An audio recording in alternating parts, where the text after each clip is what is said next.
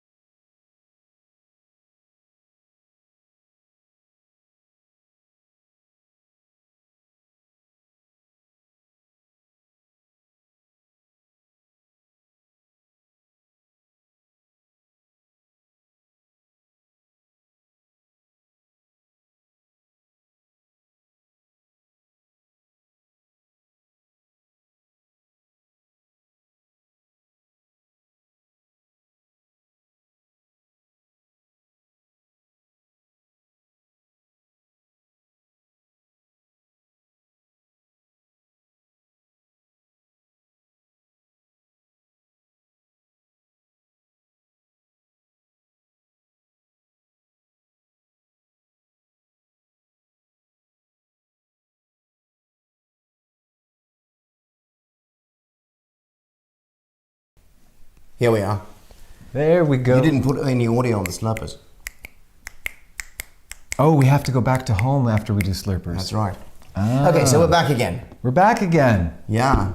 That was exciting, wasn't it? This is live television. So we were saying we've been doing this for near on a year and we still haven't figured out the shit, like the fucking basics still trip us up every goddamn time we do this. That's the kind of hoops that we are. It should be about something. It's like, it should be about fucking tripping yourself up with your shoelaces every fucking week and landing on your teeth. Yes, follower of Clay, that is true. Silent movie style, because that's how we fucking roll. We need to have somebody in the back here playing the fucking piano. Belos is going to be joining us next time. That's who I should get for next week. Oh, that's a good idea. Yeah. Good. Man. Okay. But that guy's busy. Anyway, speaking of weeks, how was your week? It was a mixed bag of stuff, actually. Yeah. I did some interesting stuff. Like today was a really nice day. It was so nice today. And yesterday was a really nice weather day as well. So barbecuing on the terrace. Huge steak. So if you like your steak and you're in Vienna, there's this little butcher shop on I don't know the name of that street. It's Wollzeile. That's right at the bottom of Wollzeile. Just where it hits Stubentor, there's this little butcher shop. Yeah. Man, he has the best ribeyes that I have ever had. So yeah, if you like your steak, well worth it. We ate for 2 days of that one fucking huge steak. Amazing. It was very yummy. And today, we went out for a sizzle on the bike. A sizzle on the bike? Yeah. You sizzled on the grill and you sizzle on the bike. That's right. Man. Yeah, it was smooth that way. Ow, hot. So, all in all, 2 relaxing kind of days. Cool. Yeah. And some other work days, yeah. Shit's okay. Yeah. Like wasn't anything particularly annoying. Yeah. My only news is that tomorrow I'm getting the jab. Well, I wasn't going to mention that yet because it hasn't happened yet. But yeah. You and I are getting our jabs like simultaneously. Is it like being pregnant? You're not supposed to mention it until Like 3 months afterwards? Like, oh yeah. 6 weeks down the line? Yeah. Are you one of those people who's going to photograph themselves afterwards and post it on social media saying, you got your jab? Yeah, no, I don't think I'll be that Okay, guy. I'll do that for you. Oh, great. I'll photograph him. I'll film him while he gets his jab tomorrow. Unbeknownst to him, I will be filming him, and then I shall post to social media. Yeah. No, so one annoying thing that did happen this week was our fucking kid chancellor, that arsehole who like kind of kids himself that he's running the country. Oh yeah, that guy. He was on the media this week saying, oh yes, and we're going to keep the tests free until the middle of summer. And I was like, yeah, you fucking are, you asshole, because what's the alternative? We start paying 120 fucking euros every time we need to get a test? Yeah. What is he on about? Yeah, he's just a fucking asshole, that's all. Did you hear about the Wiener Zeitung?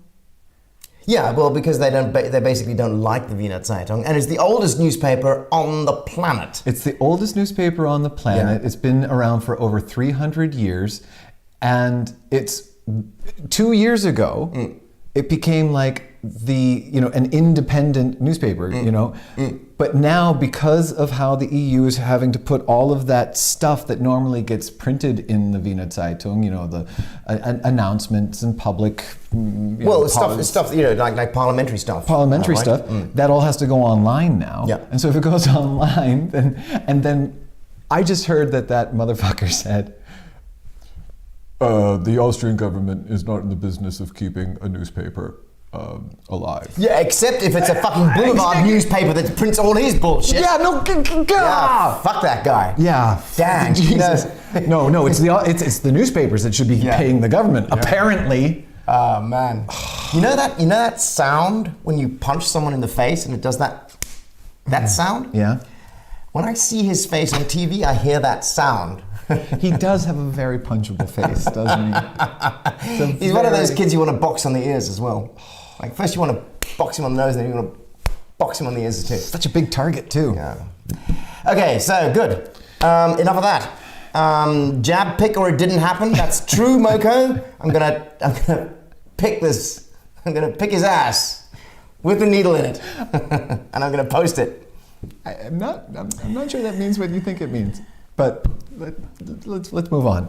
Yes, please, let's move on. As we've said, It Should Be About Something comes to you in 3 parts. We call them chapters. And I guess we should just move right in to chapter 1. Cool.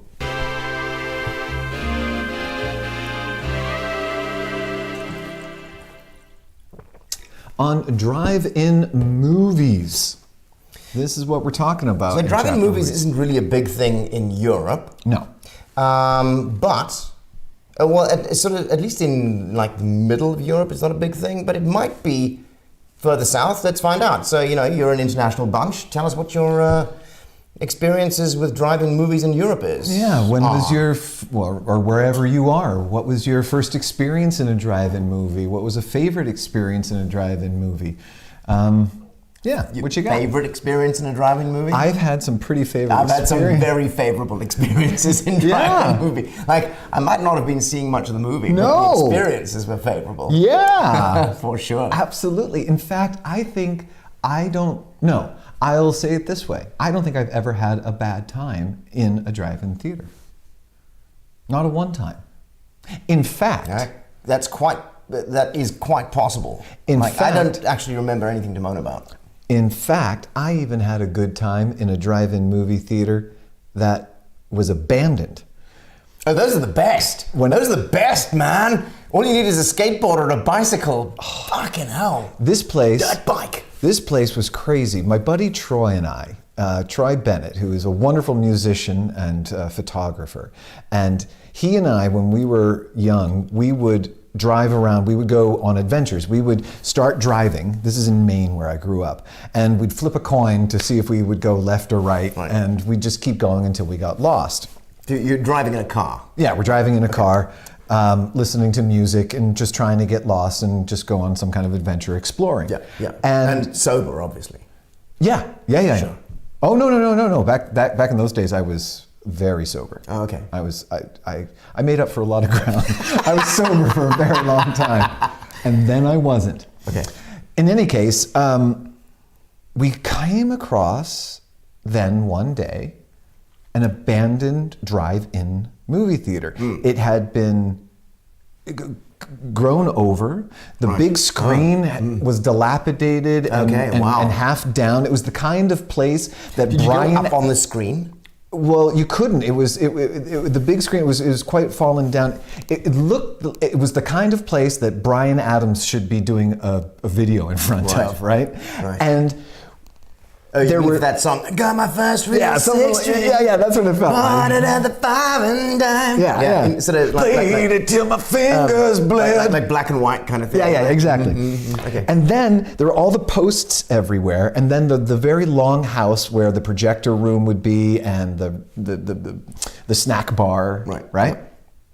We go in there, and everything is still there. Really? Oh, that's creepy. As though they had just walked away. Yeah. There was a big pile of... But they'd obviously not just walked away. They had obviously not just walked away. Yeah, there was some vandalism, but the projector was still there. There was a huge pile of old speakers, the kind that you would hang in the window, heavy and steel. And so we just grabbed a bunch of them. Yeah, because you need those things. Well, dude, I had a buddy of mine take out the old speakers and put new horns inside of them, and we put them up in the apartment like a stereo, like a surround sound system. Cool. And then I was playing in a band at the time, and there was one that was a little smaller. It had this super cool 50s styling, and my buddy Ken put a microphone inside of it, so that it looked like one of those big Shure. It looked like one of those SM5s, but it was too big. That Elvis microphone. It was but it was like super big, and I used it in a couple of concerts singing into it. It was great. Nice. I was in an abandoned hotel in Bad Gastein. That was It had been abandoned for several years. Like some parts of the ceiling had broken down. The one of the stairwells was completely collapsed. But in the kitchen, it was like they'd just walked out. There were still the menu cards for that day were in the drawer. It was really creepy. Yeah. And there was some vandalism as well, and like some people had been living in some of the rooms and stuff like that. But it's creepy the way it's a place of business up until the moment you're like, okay, we're done here, and then it's just a matter of, is it worth picking up that fuck off heavy projector and taking it somewhere before somebody's paid you to do it? Well, that's the thing. And the choice is no, it isn't. Yeah, exactly.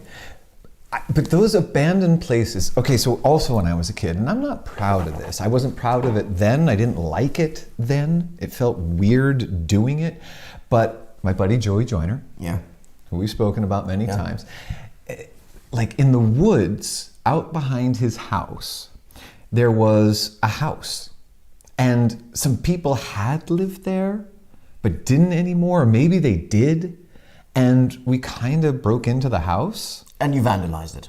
No, we did not. Why'd you break in then? Well, see, this is what I'm saying. Joey did vandalize it. Oh, good for him. It's good fun vandalizing it shit. It felt really wrong to me. Really? No way. We need to talk about vandalism. I got some vandalism stories. But the reason it felt so wrong was because it didn't feel abandoned. Because everything was there. Everything. Yeah. It was all, the people had just walked out. Right. It's so, I don't know, that shit's weird. Shit weirds me out. Yeah. But anyway, we were talking about drive-in movies.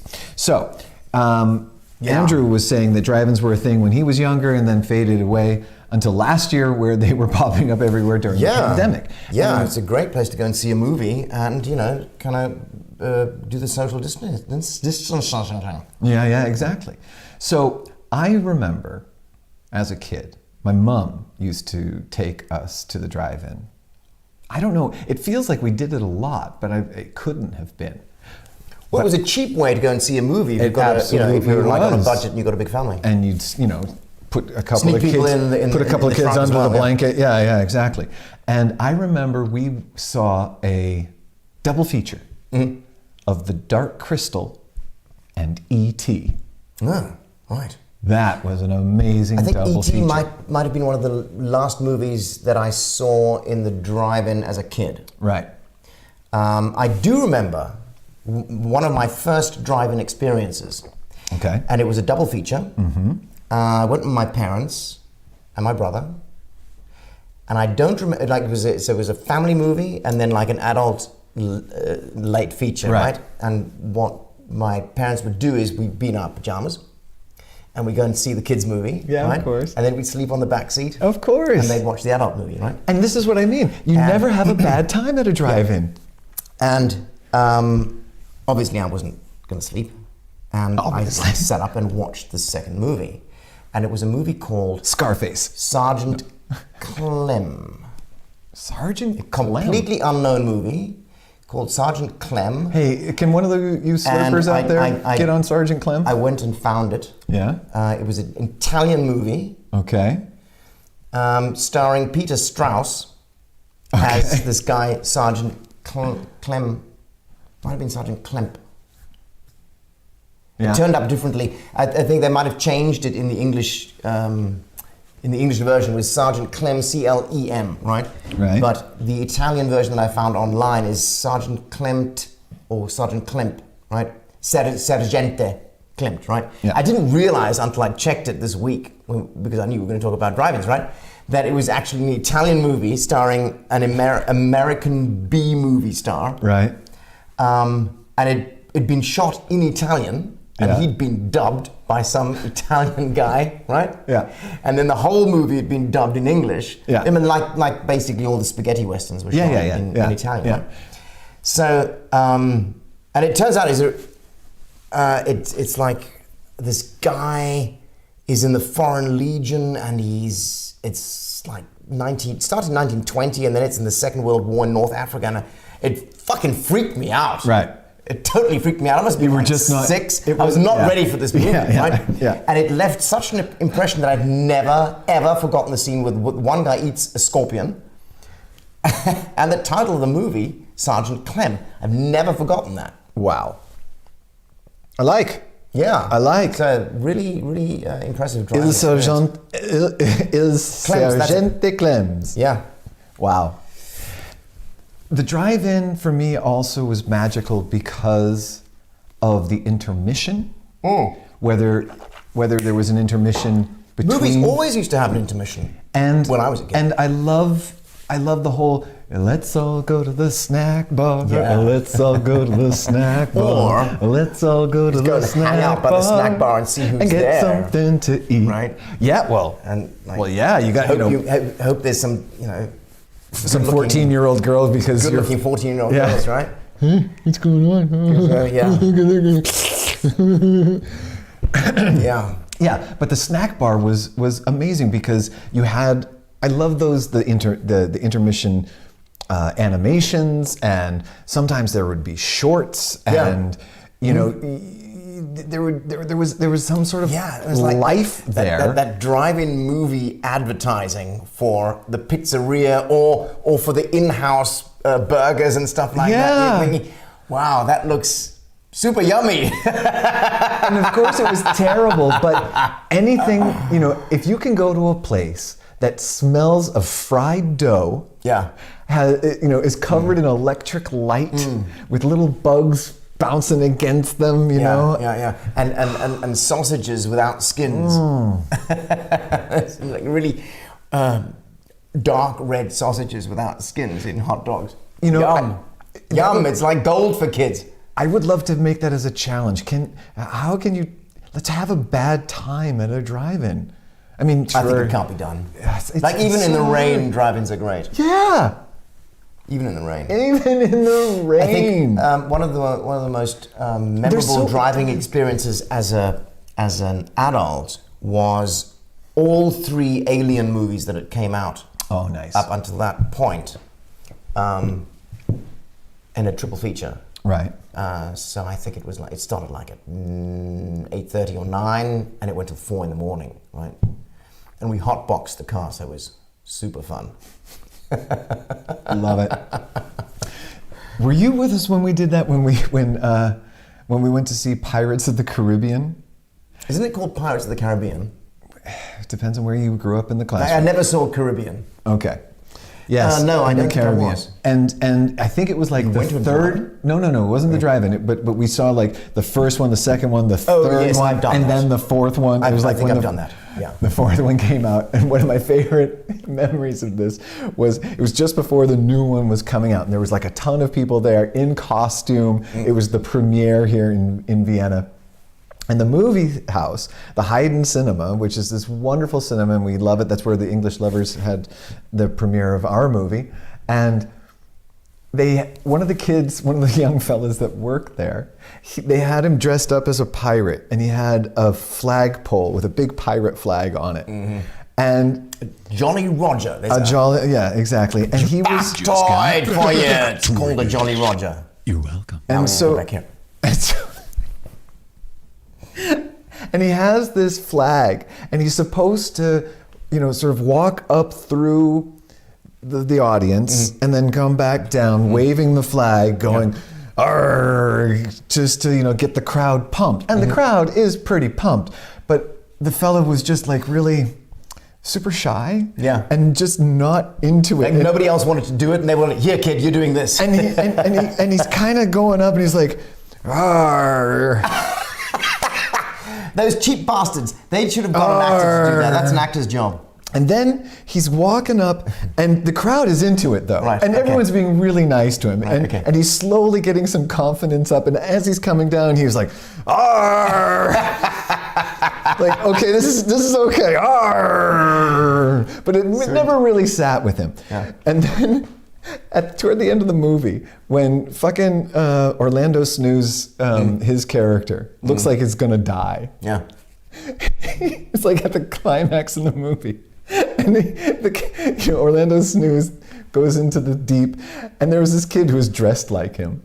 He stands up, he's like, "Oh, no, fuck you!" Gets really mad and storms out. Oh, but Andrew was just talking about this. You went with Andrew. I remember when that guy ran out when Turner was killed. Yeah, exactly. And he walks out like, "My favorite character, he killed him off." Not realizing, not waiting for the end. I came for Spock, and you killed Spock. It was so funny. He was so emotionally taken away by this movie. Oh my God. It was so fucking funny. Have you ever worked in a cinema? As Follower of Clay is saying, he was a projectionist for a while. Yeah. I worked at the concession stand in the cinema. Yeah. And we got friendly with the projectionist. Right. And he didn't have the keys to the cinema, but he had the keys to the skylight that above the projectionist's booth. Right. So if we could break into the theater, we could sneak into the theater and watch movies in the early AM hours, like after the theater closed, right? Which meant we had to climb up onto the roof of the shopping center that the cinema was in and enter the cinema through the skylight. And of course you're barefoot.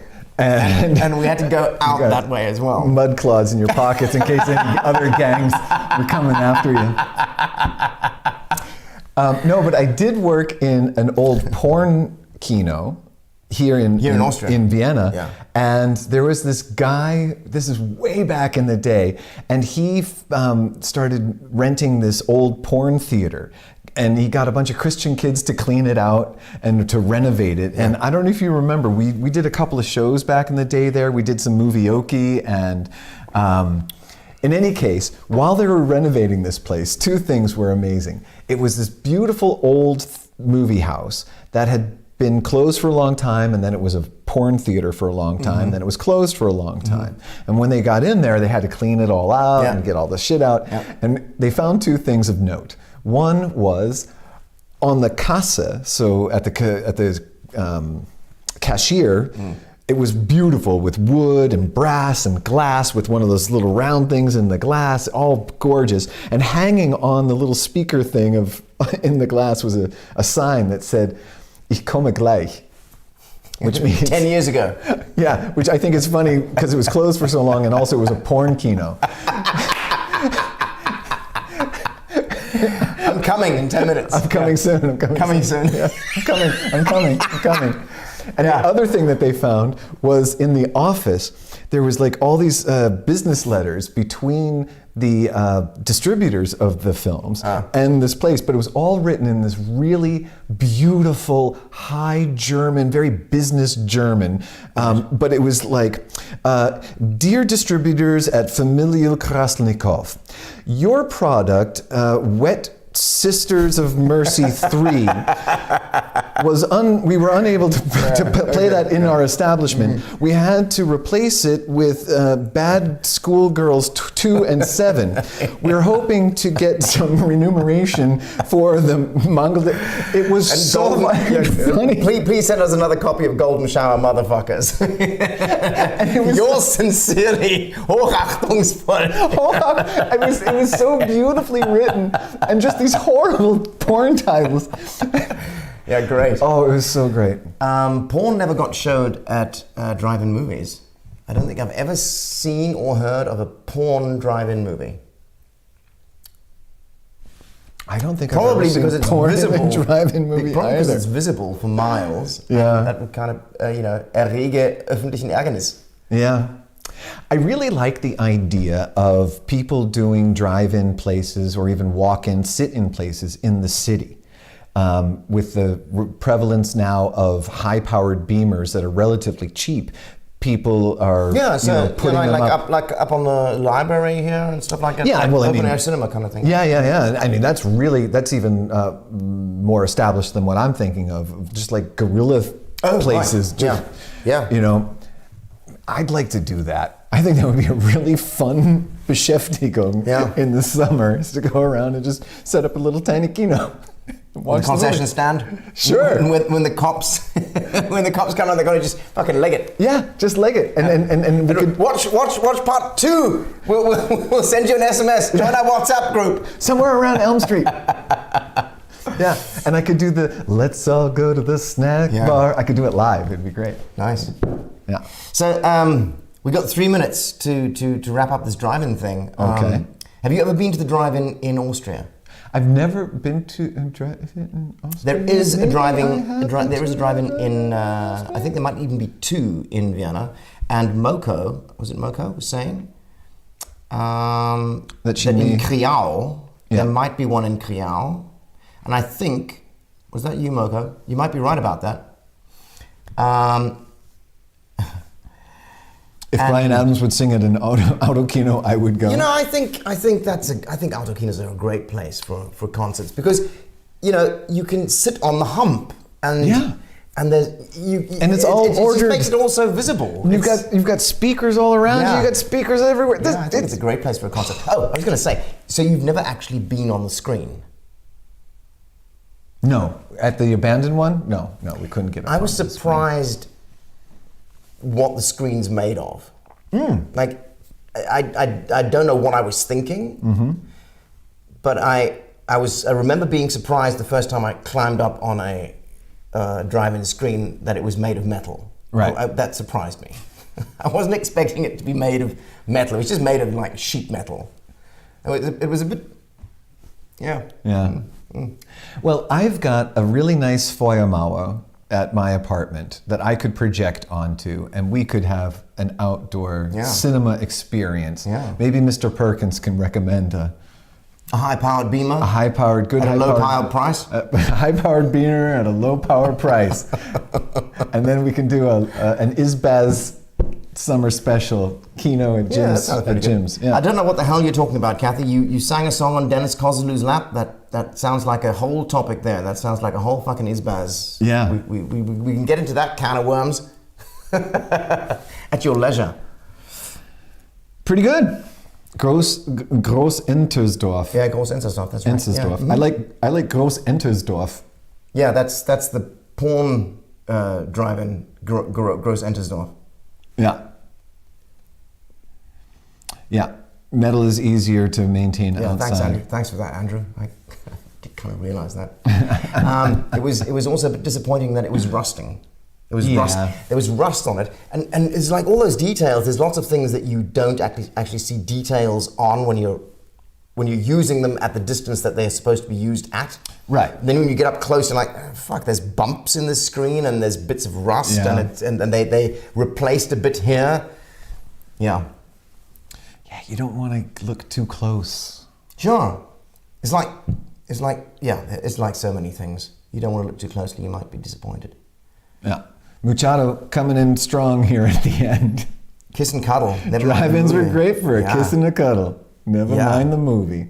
Yeah, Machado, I like your style. I went, so my last anecdote about going to the drive-in. Yes. I went to the drive-in with a buddy of mine, actually two buddies. So we were three guys, and the guy whose car it was picked up his girlfriend. Right. And we get there, and he parks the car, and him and his girlfriend are in the front seats, right? But as soon as he parked the car, he's like, they're out, and we're in the front seats, and they're on the back seat. Right. Because it was one of those... Nice move. Yeah, that's a good move.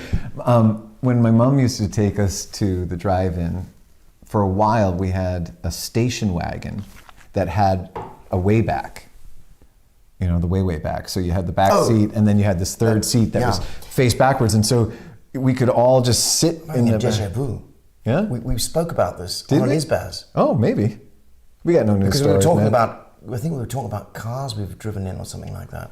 So you turn it around and then sit right at the back. Yeah. We went to Pavlov's the dog talking about the place in Würzburg in the harbor where I did Radio Love a couple years ago. Absolutely, that would be a perfect place for... They put a big screen floating. Yeah. Yeah, that was amazing. I mean, drive-in movies take up a lot of space. They do. You know, They do, and that's it's the not thing. a modern thing anymore to go somewhere in your car. Yeah. You know? Cars take up a hell of a lot of space. Yeah, they do. It really is.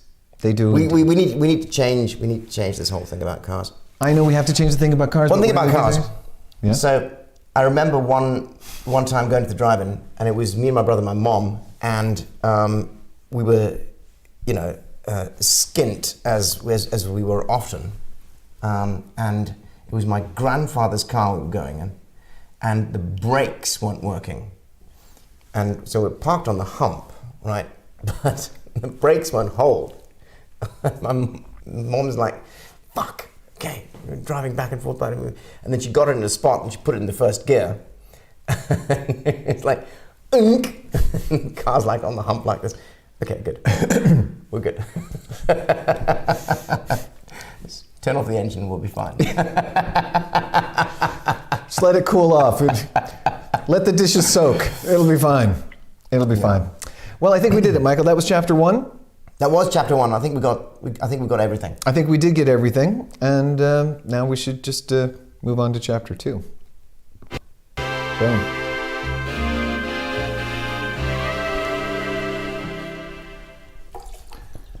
Chapter 2, on what people appreciate you for most often. It's an interesting question. It's a weird question. I think it's a really weird question. Well, let me tell you why this question has come up.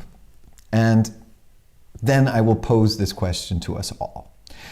The theory is that you should be aware of what people appreciate you for or thank you for. Right.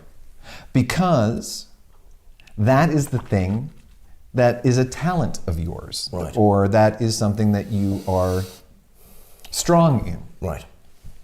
As a way of reminding yourself of that. I know I forget it. I am a discounter of myself. Right.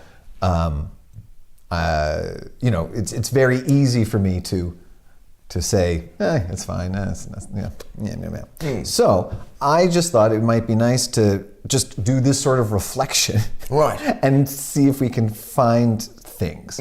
So that's the question. If you can think about it and reflect on it, and I know it's hard for me, what is the thing, or what are the things that people appreciate about you or thank you for most often? Well, I think there's an aspect to this that if you if the people you are surrounded by Yes. are truthful, Yes. you will receive a lot more thanks for things that you do that they appreciate. Okay. But if they're not, then you might receive a lot less thanks than you're actually due. Okay, so you mean then they Like in a work are not environment, for being instance. truthful? Like in a work environment, for instance, right? Right. There's a lot of concurrence. Yeah, competition. Competition, right? So I think in lots of work situations, it's difficult for your colleagues to show their appreciation for things that you do because you're in competition with them. Right. Okay, but I think that's a little different from what I'm talking about. I know what you mean, though. That's a different thing, and I think that for me that brings up the idea that we should be showing thanks more often. I know I should be showing thanks more often. I think. I'm sure Jesus is glad to hear it. Well, no, I think. No, I know what you mean. Or showing or showing appreciation more often. There's like a thing where. Okay, so the dynamic of when you're working with somebody that you know very well, like when you and I work together, we don't outwardly show appreciation. There is an understood appreciation for the other's work, right? So it's not like we go, good job, every time we do something. In the English Lovers, we don't go super show good job every single time that we do something. There's a bedrock of understood appreciation of the other. Yes. That said, however, I still think I need to show appreciation more often to reinstate that bedrock. But that's not quite what I'm talking about here. When you're in competition in a work environment, yes, absolutely, there is going to be manipulation and people will use appreciation or withhold it for different motivations. I think it's quite possible that it gets withheld quite a lot. Sure. But that's not quite what I'm talking about. What I'm talking about more is when people do show appreciation. Okay, so When people thank you for things. I'll go first. Okay. I gave this quite a lot of thought, and there isn't actually much that gets mentioned. Something that I do know that I've got appreciation for quite regularly in the past is my patience when teaching people things. Mm-hmm. I don't always have the patience. I do lose my patience. Sure. I really do lose my shit sometimes. But it's like I've been in several situations where I've been in a course with other people, and I've understood what's going on, and there's a large part of the group that's being left behind. And I've had more patience than whoever's running the course to explain what's going on. And that's garnered me quite a lot of appreciation from the other people in the course that I've been in. And that's happened to me several occasions, actually. Right. I was in a similar situation, but the person running the course, and it wasn't a course, it was a production, and it was the director, and he hated that. But that's a whole different kettle of fish. Yeah, but so you didn't get appreciation from him. Did not get appreciation. But you got appreciation from the other from people, everybody of course. else. Yeah. I think I know I'm often have been appreciative of your patience, and sometimes your patience has helped me calm down, because sometimes I get very impatient, and sometimes I can be patient, but I get very impatient sometimes. I don't get I get impatient when people are falling behind when they shouldn't be falling behind. When there should be no excuse. I've explained this to you. You should have understood it by now. Well, I don't know. I mean, it's like, I totally understand. I is get it. incompetency a form of dishonesty? It's like, yeah. So, and yeah, I can totally get that. I totally get that. But it's one of the few things that I think I know that other people appreciate. Yeah. Yeah. I don't think there's much else that I know of that people appreciate. Right. Well, I haven't thought about this as much as you have, but I have been thinking about it now. I'm realizing one thing that I think people thank me for or appreciate is, or I've been thanked for often, is my hospitality. Ah, this is true. Yes. So I enjoy hosting things. You do a very good job of that, actually. That's true. And it's always a good happening to go around to your place, right? When something's going on, when you've invited people, yeah. Yeah, and that feels nice, and it feels nice to be appreciated for that. It's like it's like okay, it's more or less a guarantee that it's going to be a cracking evening, right?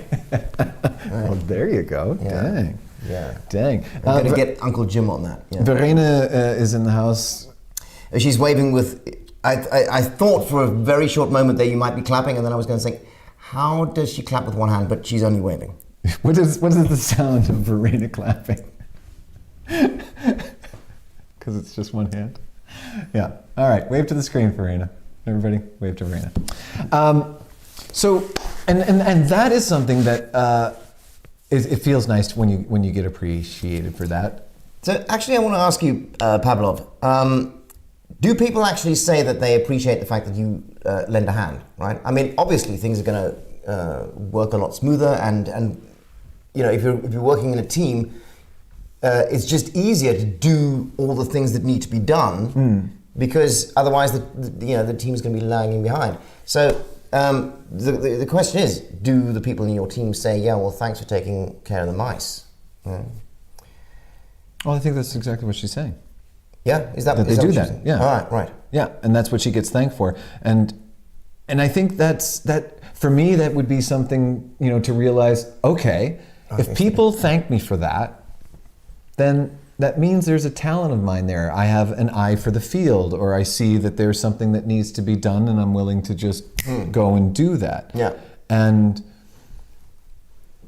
I think that's cool. I'm not that stuck up that I can't just do what needs to be done to get the team on track. Yeah. Well, for me, okay, so like I would often get thanked when I was teaching for different reasons, but often it was because I would get thanked for how I would build an idea, that I would start with one idea and build on that idea and lead people to something. The pedagogy, I guess. I would often get complimented on the pedagogy of my workshop. Yeah. Which is something I always discounted because I was always working on it. I was never happy with it. I think that's one of the best ways to be if you're doing something that is important to you. If you're always asking yourself, am I doing this to the highest level of my competency? Yeah. Because that's the only way you get really good at something. Yeah. If you do the course and then you think, I've got this, I did the course, then you probably suck at what it is you're doing. Yeah. If you always, if you're always nagging at yourself, like, am I doing this well enough? Have I put enough work in? Am I overthinking it? Am I underthinking it? How can I improve it? That's when you start doing a good job. Yeah, it's a balance because try not to trip yourself up too much. Absolutely, yeah. Because you do need confidence as well in what you're doing. Absolutely, yeah. There's definitely a balance there, but sometimes when you get lost, I think it's always good to remind yourself, oh, well, that person sees that in me. Oh, I've heard that more than once. Okay, and then to interpret that. So that was something that I would poo-poo or would be concentrated on, but now thinking about it, okay. That's a strength, and I can kind of build on that. This is a bit of a segue, but that pedagogy thing is, it's so easy to make big mistakes when you're teaching people things. I was talking to Christina this week about teaching and maybe developing courses for people. And I can't remember what the topic was that we'd come up with. And I was like, oh yeah, that's a really interesting topic. And I had this idea in my mind how I would develop that course for the topic. Right. And then she started, but she started talking about how she would do it. Right. And the way she broke it down was like, I was like, whoa, that's so right. Right. Because I kind of jumped in at level 10. Right.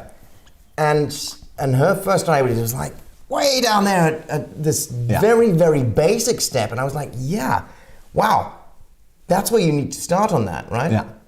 But she's also been doing this course for like the past 2 years on teaching people things, right? So it opened my eyes like this. And I was like, yeah, right. Yeah. Because I would have had to go back and pick up people I'd left behind. But with starting at really step 1, if you find everybody's ready for step 5, you can just go from step 1 to step 5, right? That's the thing. That's just a really clever way of doing things. Yeah. Well, one thing I realized about my teaching career, and I've only realized this recently, and I'm not sure if it's actually true or not, but I think there is something to be said about, I've taught acting and people how to improvise for a long time. There's lots of aspects of that. And my motivation had always been to get people better at what they're doing.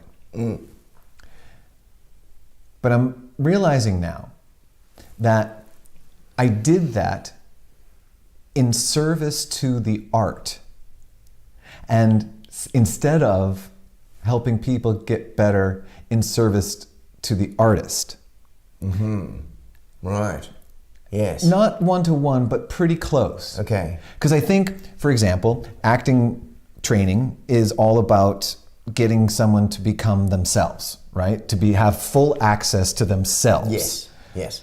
And so never thinking about a product. that's right. So they are full in their process, and they can get full access to themselves to put away or bring out whatever aspects of the universe that is within them to portray whatever context they need to do their thing Have in. access to all the keys on the instrument. Exactly.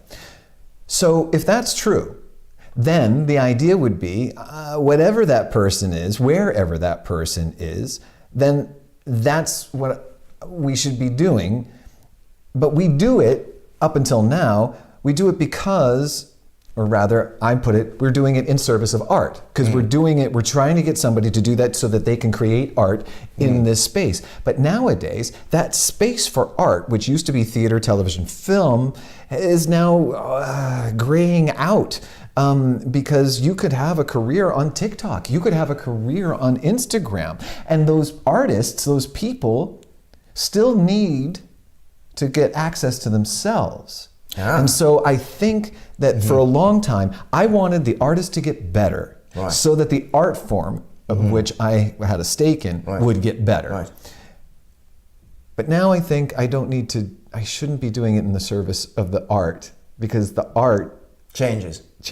And I just need to keep concentrating on the artist. Right. I've never actually thought of people who do TikTok as artists. But I guess they're content creators, and some of them are pretty good. So yes, they might actually be artists. Just because you can swing a paintbrush doesn't make you a painter. But that's not what we're talking about. Sure, no, I get you. I understand. I think we're kind of wandering off topic here. Well, I think so too. So thank you, Andrew, for the Dunning-Kruger effect. That's exactly what I meant. Yeah. Let's or talk about imposter syndrome. Let's talk about other people. Like, are there people you appreciate, like people what are the things that I thank people for? What do I appreciate people for? I appreciate people very often for their patience. I think that's one of the biggest gifts I can ever get, because sometimes I need a lot of patience. I find I thank people often. Isn't there a Rolling Stones song that's got that? And get a little patience. I know, it might be a Guns N' Roses song. Patient. Yeah. Is that the one he whistles in? That was so lame. No, but I'm whistling Winds of Change. You were whistling something else, yeah. Yeah. So another thing that I think I thank people, I appreciate so much about other people is their being there, availability, willingness. You know, hey, can you help me out with this thing? Not right now, but in 5 minutes I'm yours. Yeah. Or, dude, I'm there. There's something about having that posse that I am very appreciative of, even if it's a posse of one. Yeah. Right. Well, you certainly pushed Verina's buttons tonight. She understood. She feels so understood. Thank you, Jim. I'm not sure what I did to make her understand. Okay. She's being appreciative. Just take it. Okay. Yeah, just take it. And what is the imposter syndrome? Imposter syndrome is what I have lived with my entire life. It's absolutes Selbstbewusstsein trotz absoluter. No. Okay. No, imposter syndrome is the feeling that you are going to be caught out. That at some point someone's going to go, oh, hey, listen, you're not a voiceover artist. Right. I don't know how you wiggled your way in here, but let's go. Let's get a pro in here. You're done. Mm-hmm. You're done. We've unmasked you. Okay. You are an imposter. It's the opposite of the Dunning-Kruger. It is the opposite of the opposite. Yeah. Because and that imposter syndrome is something that has been a part of my life for years. Partly because it was true. I mean, let's face it. When I was a kid, when I was 18, teaching theater at a high school. Yeah. I had no business being there. I really was an imposter. I was the definition of fake it till you make it. Yeah. Why did you get that gig in the first place? Because I was in a play with a woman who had had a heart attack, and she called me up and asked if I would take over her classes because she wasn't ready yet. Right. Cool. I mean. So actually, also the English lovers. We faked it till we made it. Yeah. For a ton of time. Yeah. Less people in the audience than on stage. I never went to a university. Yeah. I never studied art. I didn't have a paper. There was no reason anybody should ever hire me for anything. Yeah. And so that. Well, except for the qualities that you can't learn in a university. Things that you don't learn. Yeah. So because I think there's a lot of, just to go out on this tangent now, right? If you don't have the stuff that you actually need to do that thing, whatever it is, you're probably not going to learn it by going to a school that claims to teach it, because that would be a sad state of affairs. No, because I believe this. If you don't have the qualities that thing needs, whatever that thing is, you're not going to get that quality from the school that purports to teach you that. Because all that school ever does is hone the qualities that you already have. Okay. If you have the qualities you need to become an actor or a surgeon or an astronaut, right? Going to the school that teaches you to be that thing will help you. If you do not have the qualities you need, going to that school is going to teach you things, but you're not going to be able to use them to the effect that you need to use them, right? Yeah, okay. I hear you. I think I understand the spirit of what you're saying, but I think there's different contexts where that is completely true and untrue. Yes. And I think there are moments... There are things that are simpler, right? You can lay bricks. Anybody can lay bricks. Yeah. You can paint a wall. Anybody can basically paint a wall, right? That's not a very complicated thing to do. You can do that really well. Sure. Well, okay, but I also believe the same thing with acting. Anybody can learn to act. Absolutely. You can teach anybody the tricks that they need to know that actors know. But if they don't have any talent in acting, then they're never going to become actors. Okay. And this is exactly my point. Because there's a difference between whether we're teaching someone to act, or we're teaching them to become an actor.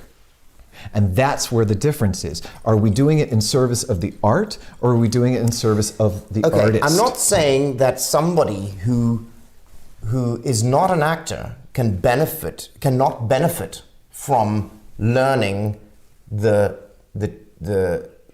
tricks of the trade of acting. Right. That's not necessarily going to make them an actor unless they have that acting thing in them, or they find it. But is it chicken and egg? No. Is it chicken and egg? No. You think it's so for you, talent has to be innate, but so then there's no argument against it, because either you've got to find a way to channel it. This is what I'm asking you, Michael.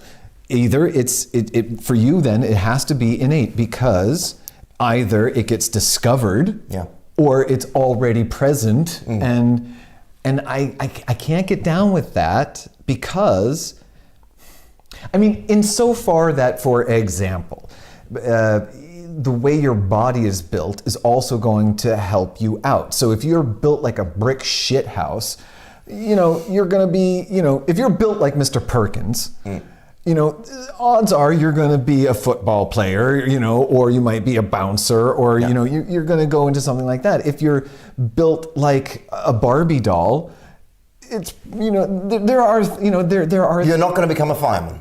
Probably not. Yeah. So I think there are some innate things, yes, absolutely, that would give us a talent for that particular Anwendung.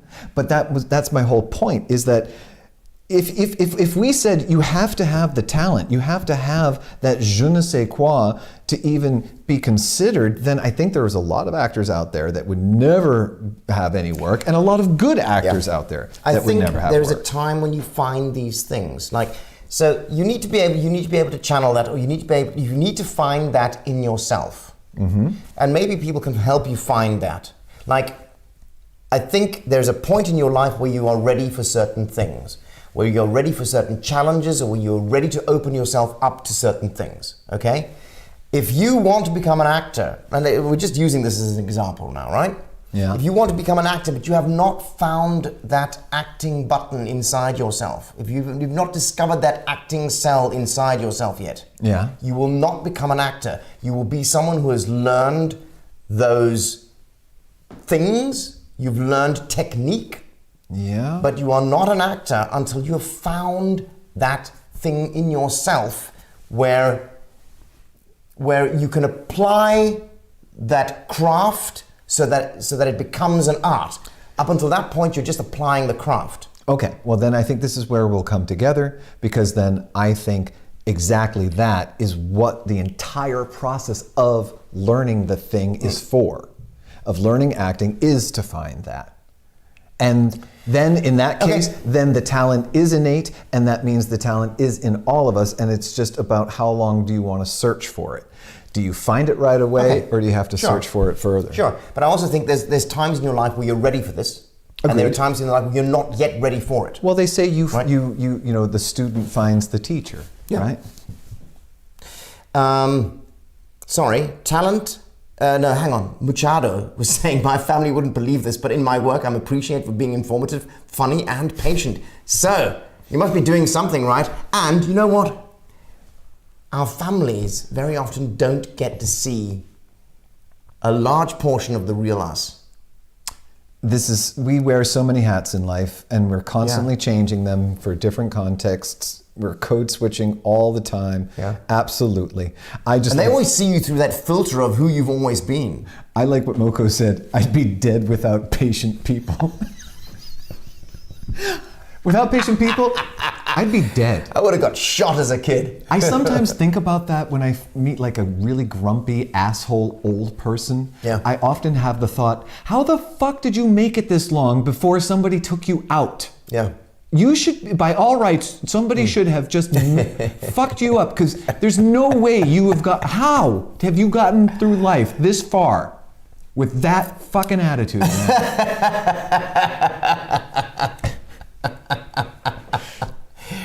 You're just being very impatient there. You need to show more patience. God damn it, motherfucker. Is it this that you're doing for yourself, or are you doing it for other people? Is it that you are doing it for yourself, or you're doing it for other people with the acting? I'm not sure I understand that one. I'm not sure I understand that one. but it's always for yourselves. You know what? We've gone too far on this. We've rambled all around, but I do like the exercise of having this bit of reflection. And I'm going to try to do it more often, both ways. Trying to remember, what are people thanking me for, to remind something I'm good at, and to remind myself to appreciate other people for the things that they're good at. Because that'll just help us go both ways. And we like that. I will remove your piece from the game of life. That's a good threat. It's a nice, subtle. What is that from? What is that for? I don't know, maybe he's making it up. I missed, but no, what's the context for that one? Oh, it's the grumpy old person who how did you manage to get here without somebody removing your piece from the game of life? I get it. All right, Michael, this is it. We're going to go to a commercial. Ladies and gentlemen, friends and neighbors and everyone in between, this is a word to our sponsor.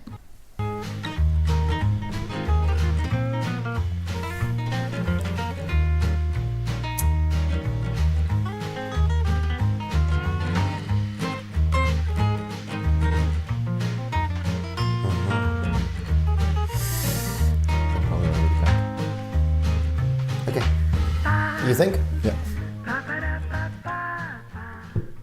It's a pretty long thing. Sorry, we're getting a funny YouTube. I think it's something dodgy about the internet today. Yeah. It was dodgy on Wednesday as well.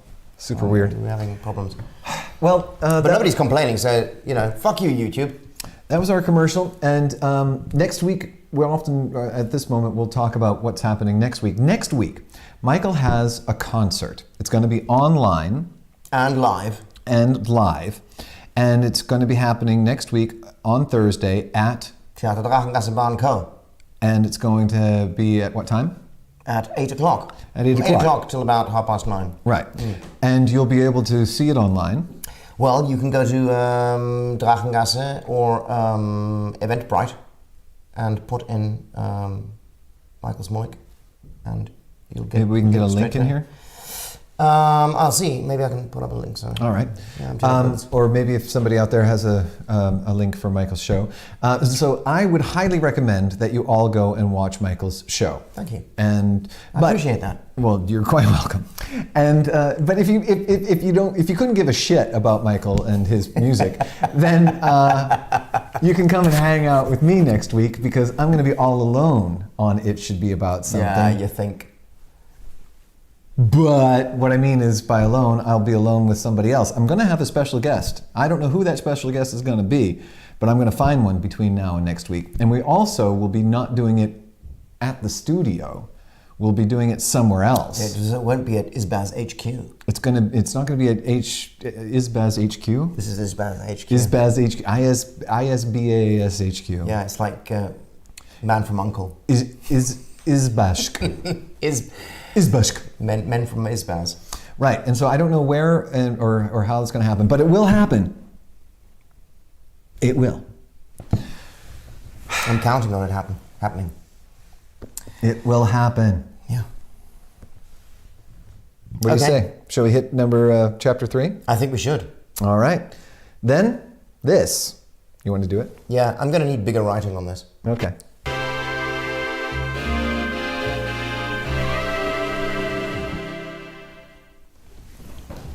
With the Kinski turn. Kinski up your Thursday.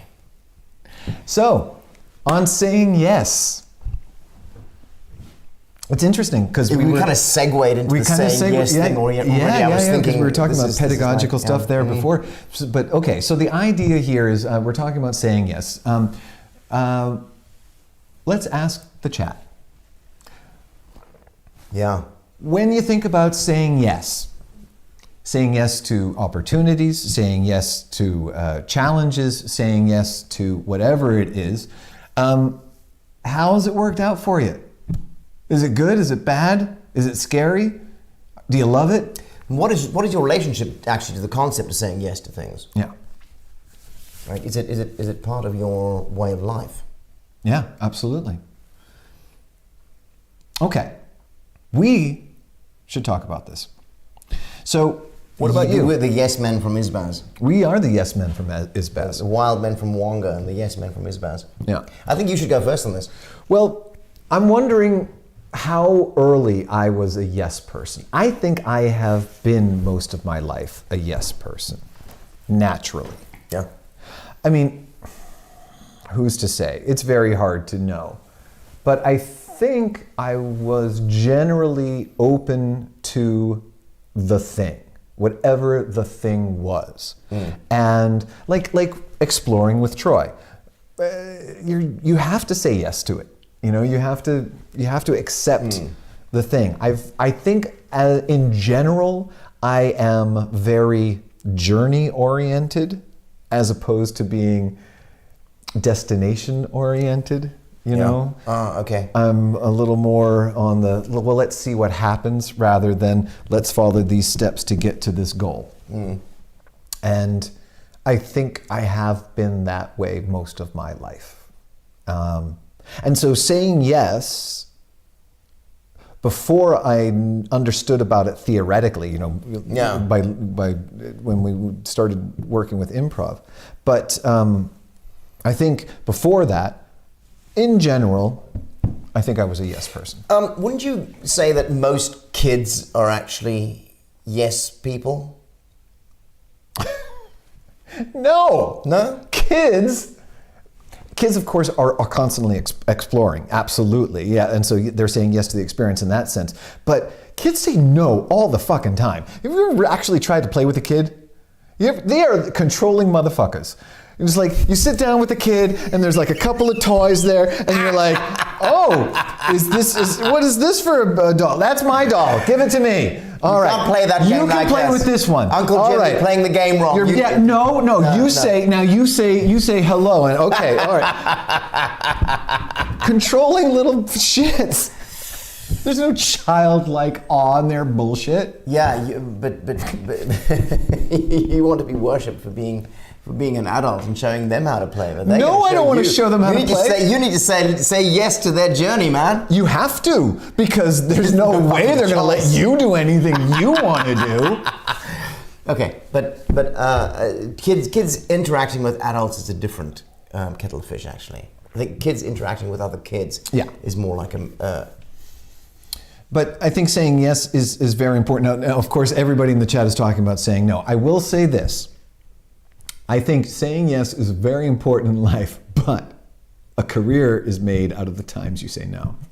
Very often. Interesting.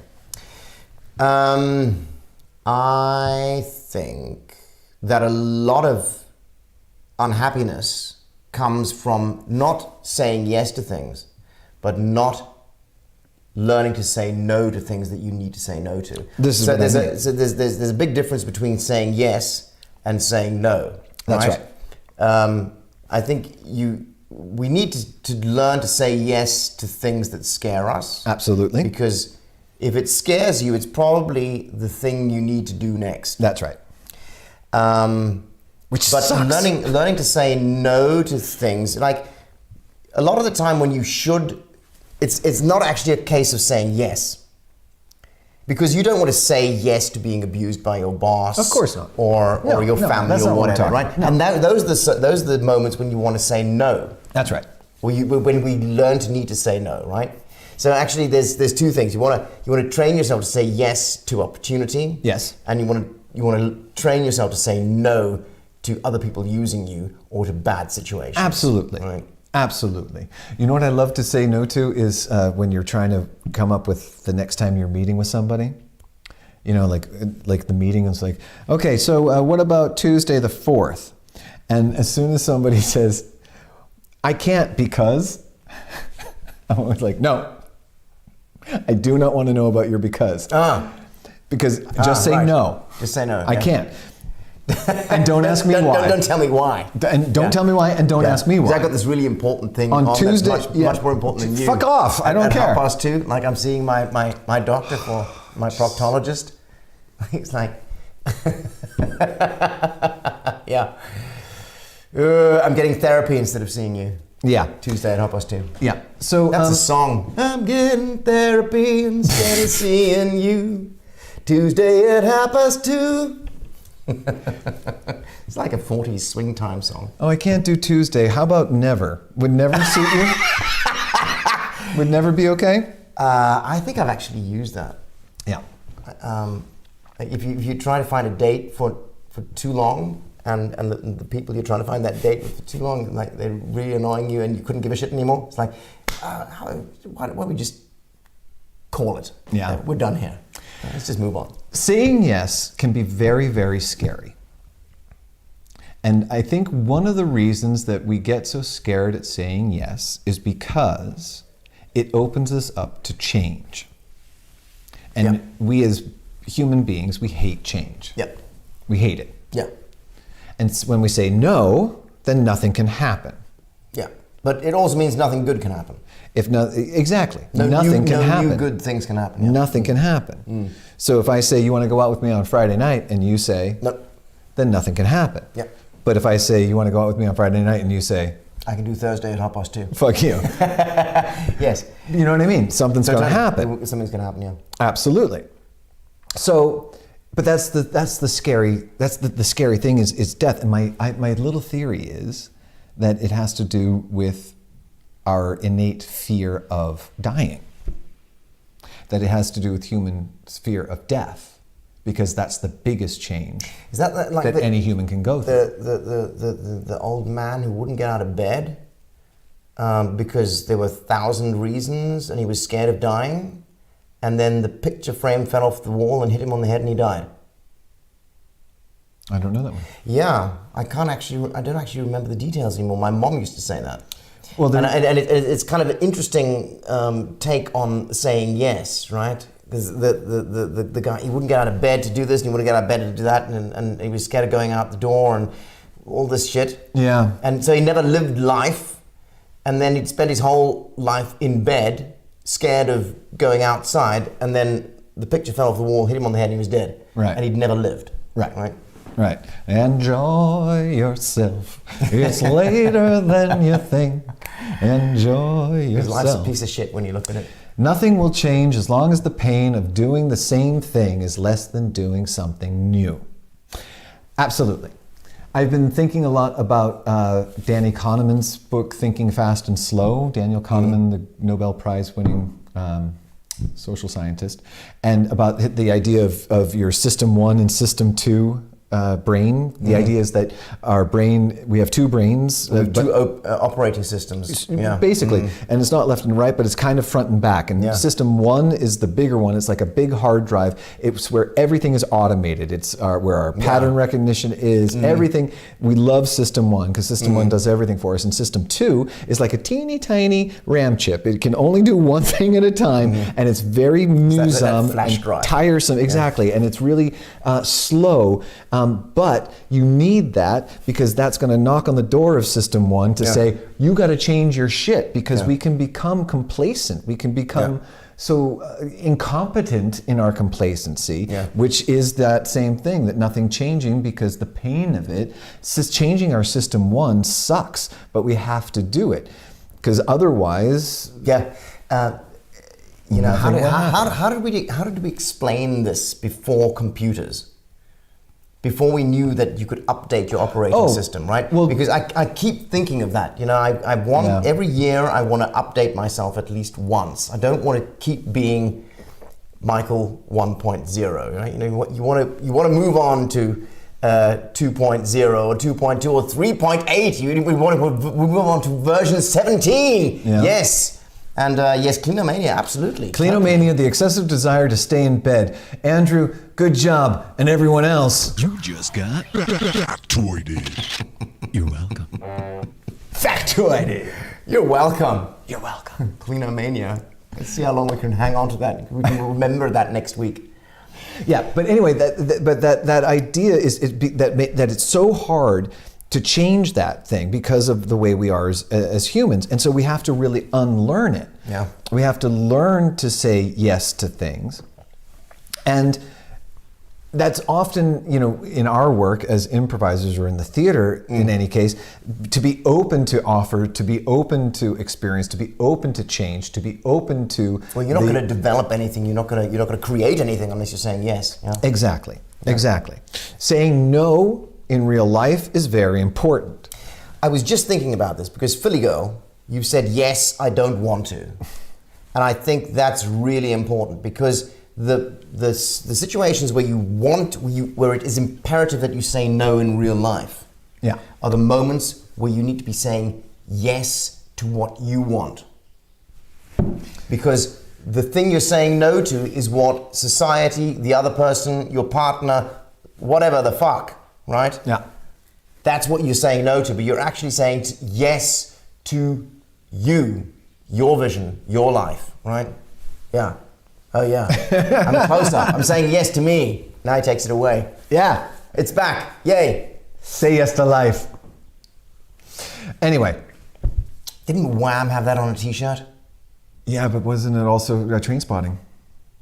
Say yes to the whole monologue at the beginning. The whole monologue at the end. Or is it the end? It's at the end and the beginning? I don't remember. Sick Boy does... say yes to... Is it Sick Boy? Yeah. Yeah, he does a big thing at the beginning and the end. Yeah. Tops and tails it, yeah. Yeah. Well, I think we're coming to the end of it, and I think that's a good thing to end on. We got to say yes, even if we're saying yes to our decision. But what's happening? Well, there's like crazy things happening in Pavlov's life. I heard that your dad died. Very sorry to hear that, but I didn't hear about that. Did you inherit a cool car? My goodness. What cool car did you inherit? At least. Yeah.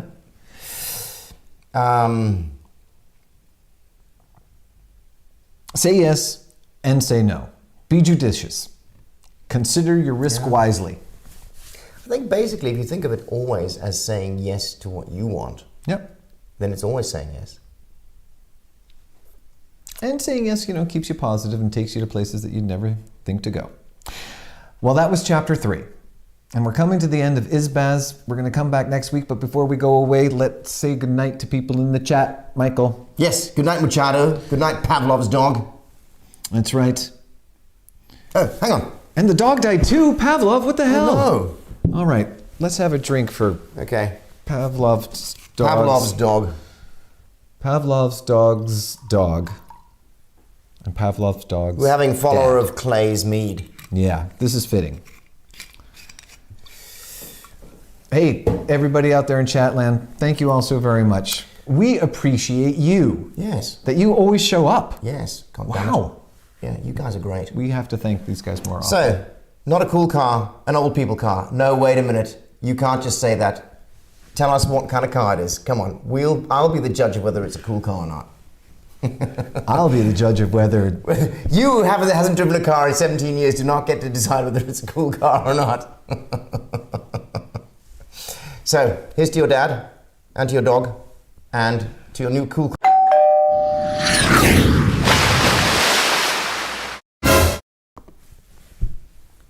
Cheers. Oh, that's good mead. Last Slurpee. It has rounded off since the last time we had it. You think? I do think. The honey is still there, but it's a rounder taste. It's not. It doesn't have that sharp, fruity taste that it had. Do you remember the first time we had it? We had it on top of a lot of vodka. We had it on top of a lot of vodka, but... A lot of vodka. We had it on top of a lot of vodka. On top of a lot of vodka. But there was a lot more fruit at the front. There was a lot more of that lemony... Mm-hmm. Well, I appreciate follower of Clay and his mead making. Absolutely. An Opel Meriva. Okay, that might not actually be a cool car. You might be right about that. Okay, but good. Thank you for sharing. I appreciate it. So, ladies and gentlemen, friends and neighbors and everyone in between, thank you so very much for joining us tonight. Big thank you to everyone in the chat, to Andrew, to Pavlov's dog, to Machado, to Philly Girl 1000, Verena Müller. Everyone wave to Verena. Verena wave to the screen. Moko on the last Slurpee. Thanks for keeping us honest.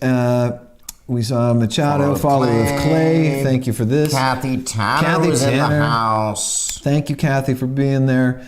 Machado is in. There's like more of the same, but I appreciate more of the same as well. Man, you know, Anna Raab. Anna Raab was here. Nice. Christina was here. Christina might still be here. She hasn't. That's right. been in the chat for a while, but yes, Very okay. cool. So appreciations. Thank you for the best Isbaz ever. It really was the best Isbaz ever. Dang.